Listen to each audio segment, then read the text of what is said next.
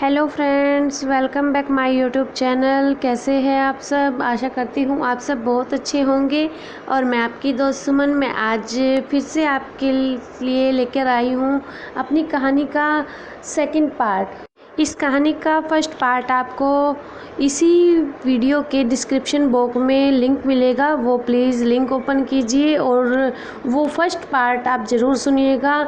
आज हम स्टार्ट करते हैं इसका सेकंड पार्ट। अब बढ़ते हैं हम अपनी आगे कहानी में। क्या होता है, जब केशव और पिताजी ने देखा कि सुमित्रा रोए जा रही है तो उन दोनों को बिल्कुल भी अच्छा नहीं लगा। केशव बोला, सुमित्रा तुम रो क्यों रही हो? सब कुछ अच्छा तो हो रहा है, बच्ची भी स्वस्थ है, तुम्हारी भाभी भी बिल्कुल ठीक है। भाई, मैं तो भतीजी का इंतज़ार कर रही थी लेकिन भतीजी हो गई, सुमित्रा ने रोते हुए जवाब दिया। ये सुनकर केशव हैरान था और बोला, तो क्या हुआ? बच्चे तो भगवान की देन है, ये सब ऊपर वाले के हाथ में होता है, हमारे हाथ में नहीं। पिताजी भी बोले कि पहली संतान तो बेटी ही होनी चाहिए।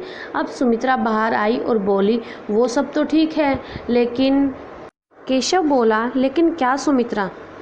पिताजी, मैं तो मंगल गीत गाने के लिए ढोलक भी खरीद लाई थी, सुमित्रा ने मुंह लटकाकर बोला। वहाँ पर ये सब सुनकर सब हंसने लगे। पिताजी बोले, सुमित्रा तू भी बिल्कुल पागल है बेटा, तुझे मंगल गीत गाने हैं तो अब गा ले, बल्कि जो तूने भतीजे के लिए सोचा हुआ था सब कुछ कर ले।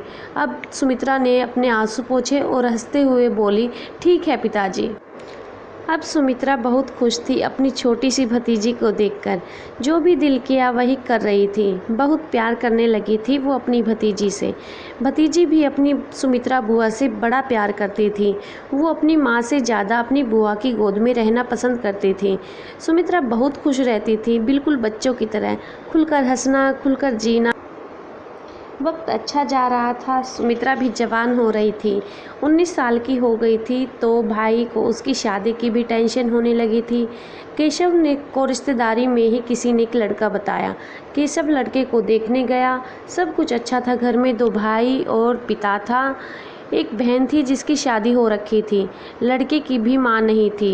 केशव लड़के वालों से बोला, हमें लड़का पसंद है, आप जब चाहे मेरी बहन को देखने आ सकते हैं, लेकिन मैं आपको पहले ही बता देता हूँ कि मेरी बहन में एक कमी है, वो थोड़ा तुतलाती है। अगर आपको इस बात से कोई दिक्कत ना हो तभी आप देखने के लिए आना, पसंद नापसंद दूसरी बात है। कुछ दिनों बाद लड़के की चाची और उसके पिता सुमित्रा को देखने आए। सुमित्रा दिखने में भी सुंदर थी, घर के काम भी अच्छे से आते थे और अच्छे परिवार से भी थी, तो लड़के वाले साथ ही रिश्ता पक्का करके भी चले गए। शादी की तारीख भी पक्की हो गई थी। पूरे 1 महीना 10 दिन के बाद शादी का मुहूर्त था। शादी की तैयारियां पूरे जोरों पर थी। सुमित्रा भी जीवन के नए सफ़र के लिए सपने देखने लगी और अपने जीवन साथी के बारे में सोच सोचकर बड़ा खुश होती थी। उस टाइम में लड़के लड़की शादी से पहले एक दूसरे को देखते नहीं थे, तो तस्वीर का ही लेन देन हुआ। तस्वीर भी ज़्यादातर ब्लैक एंड वाइट होती थी, लेकिन सुमित्रा उस तस्वीर को भी बड़े ही प्यार से निहारती थी और उसका चेहरा शर्म से लाल हो जाता था। सुमित्रा की भाभी माँ की भूमिका अच्छे से संभाल रही थी, सारे काम को अच्छे से देख रही थी और उसको माँ की तरह बार बार समझा भी रही थी कि ससुराल में कैसे रहना है, कैसे सबको खुश रखने की कोशिश करनी है। सुमित्रा भी सब कुछ ध्यान से सुनती और अपनी भाभी से बोलती, भाभी मैं सब कुछ अच्छे से संभालने की कोशिश करूँगी, कभी किसी को शिकायत का मौका नहीं दूंगी। सुमित्रा की दीदी कमला भी सुमित्रा को बार बार समझा रही थी कि वहाँ पर तुम्हारी सहायता के लिए कोई नहीं होगा, सब तुम्हें अकेले ही संभालना पड़ेगा। सास भी नहीं है तुम्हारी, तो सब जिम्मेदारी तुम पर ही होगी। सुमित्रा थोड़ा उदास होकर बोली, दीदी यही कमी रह गई है कि सास नहीं है, माँ को भी नहीं देखा, कम से कम सास का ही प्यार देख लेती। अब साथ में खड़ी एक औरत बोली, सास का प्यार नहीं, सिर्फ मार मिलती है, अच्छा हुआ सास नहीं है। ज़्यादा ज़रूरत है तो मेरी ले जा, तेरे ससुर का भी भला हो जाएगा। ये सुनकर सब औरतें हंसने लगी। सुमित्रा बोली, ना बहन, तेरी सास तुझे ही मुबारक, मैं तो बिना सास के ही काम चला लूँगी। हंसते मुस्कुराते शादी का दिन भी आ गया। आज सुमित्रा के हाथों में मेहंदी लगी हुई थी। वो बार बार सोच रही थी, कल मैं पराई हो जाऊंगी इस घर के लिए। मैंने इस घर में अपना बचपन बिताया है, कभी हंसी हूँ कभी रोई हूँ। यहाँ की सुबह शाम देखी है, यहाँ की हवा की खुशबू न जाने कितने दिनों तक मुझे याद आएगी। ज़्यादा नहीं, लेकिन जितनी भी सहेलियाँ है सब दूर हो जाएगी मुझसे। पता नहीं कभी मिलेंगी भी या नहीं। मेरा परिवार जो कल के बाद मेरा परिवार नहीं मायका बन जाएगा। मेरी भाभी, जिसके आने के बाद मुझे कभी भी माँ की कमी महसूस नहीं हुई, बहुत प्यार करती है भाभी मुझसे। पता नहीं कैसे संभाल पाऊँगी मैं सब कुछ अकेले। सुमित्रा इन्हीं ख्यालों में खोई हुई थी। उसकी आंखों से कब आंसू निकल आए उसे पता भी न चला। अचानक से कमला की आवाज़ आई, सुमित्रा खाना खा ले, कल तुझे फेरे होने तक व्रत रखना है। सुमित्रा जल्दी से अपने आंसू साफ करती है। कमला बोली, क्या हुआ सुमित्रा, तू रो क्यों रही है? सब कुछ कितना अच्छा हो रहा है। सुमित्रा बोली, कुछ नहीं दीदी, बस सोच रही थी कि कल के बाद से मैं हमेशा के लिए पराई हो जाऊंगी।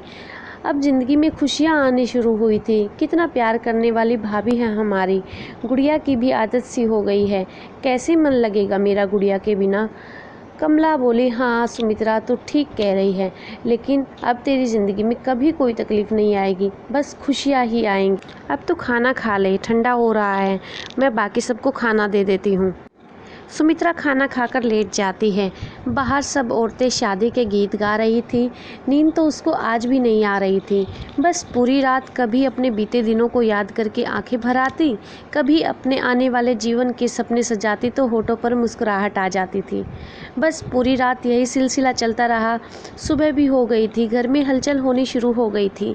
जो रस्में होनी थी वो शुरू होने लगी थी। सारा काम ठीक ठीक चल रहा था। बारात भी टाइम से आ गई थी। सारी सहेलियां और आसपास की बहनें काफ़ी जल रही थीं। जिनकी शादी पहले हो चुकी थी उनमें से एक बोली, सुमित्रा तेरा दूल्हा तो बड़ा सुंदर है, पूरा 6 फीट का लग रहा है। मेरे वाला देख 5 फुट 1 इंच का ही है। सुमित्रा हंसती हुई बोली, एक काम कर, बदला कर ले। वो बोली, काश कर पाती। बहन मजाक नहीं कर रही, तेरी किस्मत सच में बड़ी अच्छी है। देख तेरे भाई ने तेरे लिए कितना अच्छा पति देखा है, ऊपर से सामान भी कितना सारा दे रहा है तेरे को। तेरी सास भी नहीं है, ननंद की भी शादी हो रखी है, और सुना है तेरी भाभी की बुआ की लड़की भी वहीं रहती है। तेरी तो बल्ले बल्ले है।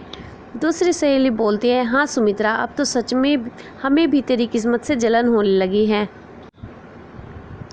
दुल्हन बनी सुमित्रा मुस्कुराती हुई बस सोच रही थी, सच में शायद अब मेरी ज़िंदगी में खुशियाँ ही खुशियाँ होंगी।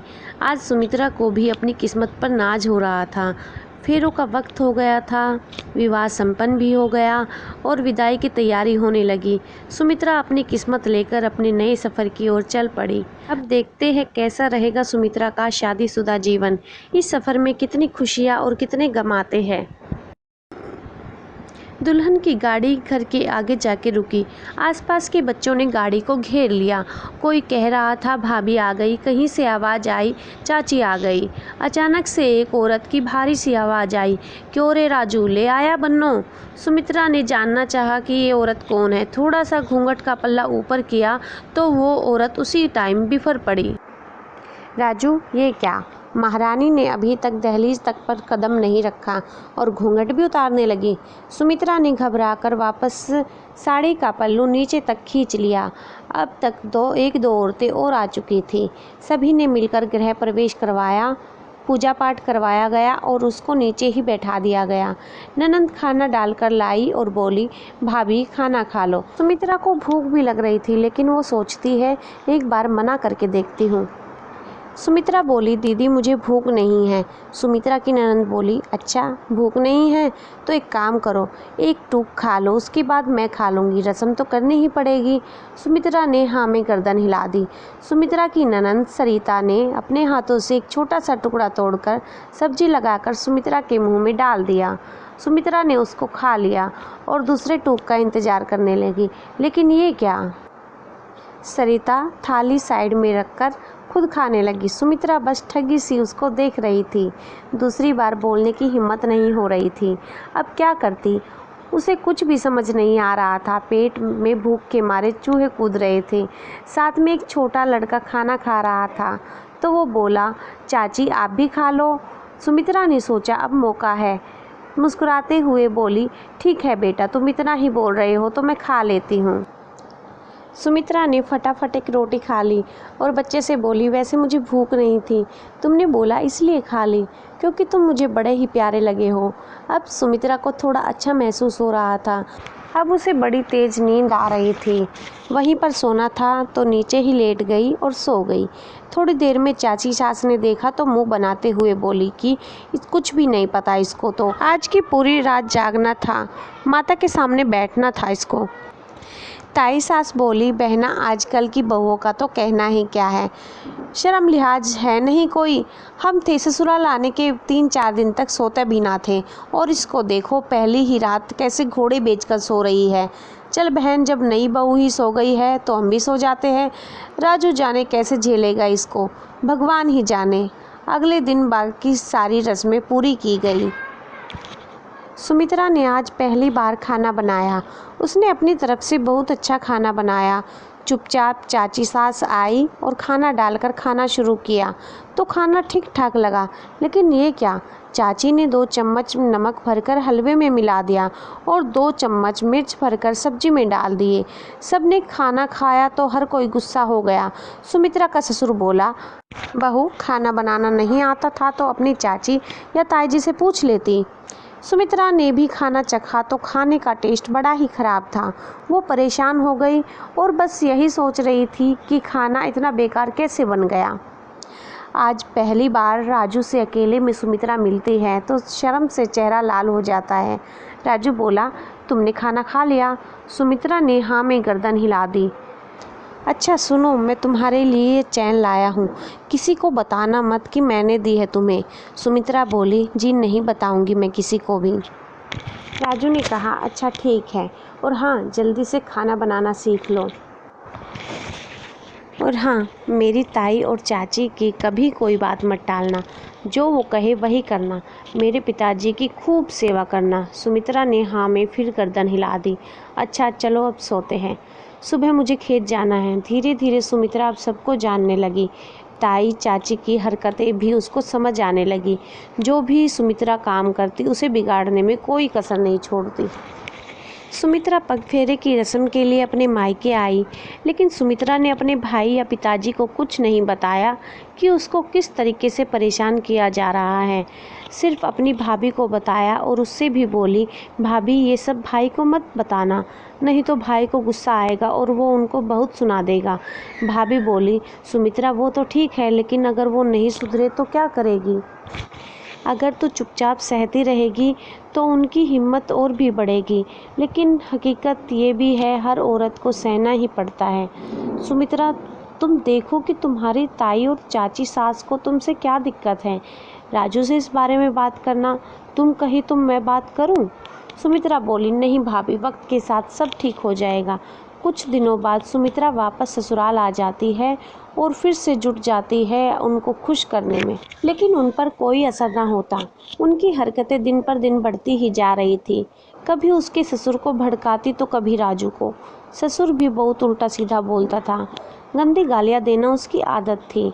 जब भी सुमित्रा को गालियाँ पड़ती तो वो दोनों बड़ी खुश होती। सुमित्रा अगर राजू से भी कुछ कहने की कोशिश करती तो राजू भी उसी को बोलना शुरू कर देता था। अब सुमित्रा बहुत ही ज़्यादा परेशान रहने लगी थी। शादी को 3 साल हो गए थे। एक दिन अचानक सुमित्रा के चाचा के लड़का उसके घर आया। उसने बताया कि भाभी को बेटा हुआ है और केशव ने भेजा है कि सुमित्रा को ले आओ। सुमित्रा की खुशी का ठिकाना ना रहा। सुमित्रा ने अपने ससुर से बोला, पिताजी मेरे भतीजा हुआ है, मेरा भाई मुझे लेने आया है, मैं सुबह चली जाऊँ? पीछे से ताई सास आई और मुँह चिढ़ाकर बोली, इसके मायके में तो 2 बच्चे हैं, हमारे यहाँ तो अभी तक उम्मीद तक भी नहीं है। सुमित्रा बोली, ताई जी बच्चे देना तो ऊपर वाले के हाथ में होता है, इसमें मेरी क्या गलती है? ताई एकदम आग बबूला हो गई और बोली, देखा देवर जी कितनी जुबान निकल गई है इसकी। ससुर बोला, बहू तेरी ताई से ऐसी बात करने की हिम्मत कैसी हुई? ठीक ही तो कह रही है वो भी। 3 साल हो चुके हैं और तुम अब तक कोई खबर नहीं सुना सकी। अब सुमित्रा कुछ न बोली और चुपचाप अंदर चली गई। ससुर सुमित्रा के भाई से बोलता है कि ले जा अपनी बहन को और उसको परिवार में रहना सिखाओ, शादी के बाद बच्चे भी करने होते हैं। वो बेचारा कुछ नहीं बोला, चुपचाप सुनता रहा। सुमित्रा को आज ये बात बड़ी दुखी। वो सोचने लगी, सही तो कह रहे हैं ये लोग, अभी तक इस घर में कोई बच्चा नहीं दे पाई। लेकिन अब वो खुद को परेशान नहीं करना चाहती थी, क्योंकि उसको खुशी ही ऐसी मिली। अगली सुबह सुमित्रा अपने चचेरे भाई के साथ अपने मायके आ गई। अपने भतीजे को देखकर खुशी के आंसू झरने लगे और भाई केशव को देखकर खुद को रोक न पाई, बहुत रोई। केशव बोला, क्या हुआ सुमित्रा, अब तो भतीजा भी आ गया, फिर गा खूब गीत। सुमित्रा ने खुद को संभाला और बोली, बड़े दिनों बाद देखा है भाई सबको तो रोना आ गया। अब सब ठीक हो गया क्योंकि मेरा भतीजा भी आ गया है। आगे की कहानी अगले पार्ट। तो फ्रेंड्स, ये था इस कहानी का सेकंड पार्ट। अब सेकंड पार्ट में भी कहानी पूरी नहीं हो पाए, ज़्यादा लंबी हो जाती, इसलिए मैंने सोचा क्यों ना इसके और पार्ट्स बनाऊं। तो अब आगे की कहानी आपको सुनने को मिलेगी पार्ट 3 में। तो मुस्कुराते रहिए, हंसते रहिए, और अगर कहानी अच्छी लगी हो तो प्लीज़ शेयर कीजिए, चैनल को सब्सक्राइब कीजिए। Thank you, bye bye.